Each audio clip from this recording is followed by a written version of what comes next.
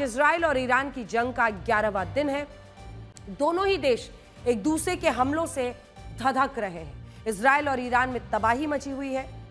वैसे तो ईरान पर इजराइल ने 13 जून को यह हमला किया था और तब से लगातार दोनों ही देश भिड़े हैं।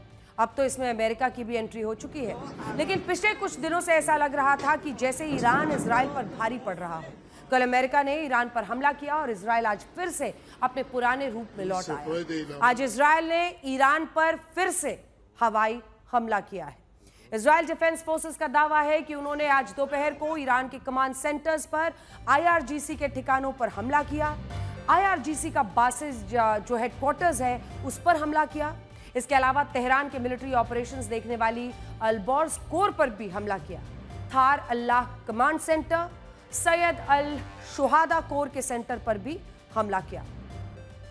तो ये पूरा लिस्ट है उनकी तरफ से। इसके अलावा IDF ने ईरान में 6 एयरपोर्ट्स, ये बहुत मतलब बड़ी खबर है, क्योंकि जिस तरह से अब ईरान को स्ट्रेटेजिक नुकसान पहुंच रहा है, इसी वजह से देखिए पुतिन के सामने वो कह भी रहे हैं कि हमारी मदद कीजिए अगर रक्षा मंत्री उनके गए हैं तो। ईरान में 6 एयरपोर्ट्स पर निशाना बनाया गया है। वेस्टर्न, सेंट्रल, ईस्टर्न ईरान में इन 6 एयरपोर्ट्स को निशाना बनाया, जहां इजराइल की एयरफोर्स ने रनवे उड़ा दिए हैं। यहां refuelling aircrafts F-14, F-5, AH-1 aircrafts को निशाना बनाया गया है। कुल मिलाकर देखिए आज इजराइल ने हार्ट ऑफ तेहरान पर, जिसे आप कहते हैं हार्ट ऑफ तेहरान पर हमला कर दिया है। और इजरायली हमलों की चपेट में ईरान की सबसे बदनाम एविन जेल भी आई है। ये इसी हमले का CCTV फुटेज है। ये जेल इसलिए खास है क्योंकि यहां कहा जाता है कि जो भी ईरान की सरकार की आलोचना भर करता है उन्हें इसी जेल में डाल दिया जाता है, इस एविन जेल में। जैसे पॉलिटिकल एक्टिविस्ट हो गए, पत्रकार हो गए या कुछ संगीतकार हो गए। ये जो धमाके आप सुन रहे हैं, इसी एविन जेल में ये धमाके आज हुए हैं। वो इस जेल में कैद है।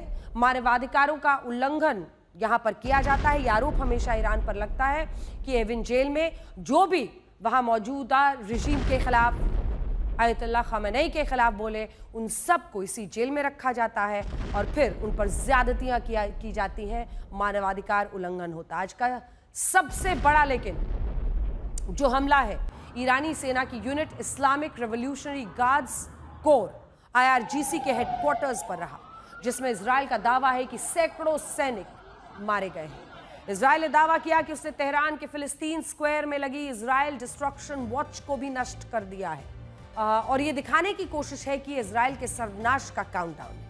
हालांकि ईरान ने यह तस्वीरें जारी करके कहा है कि घड़ी बिल्कुल सुरक्षित है।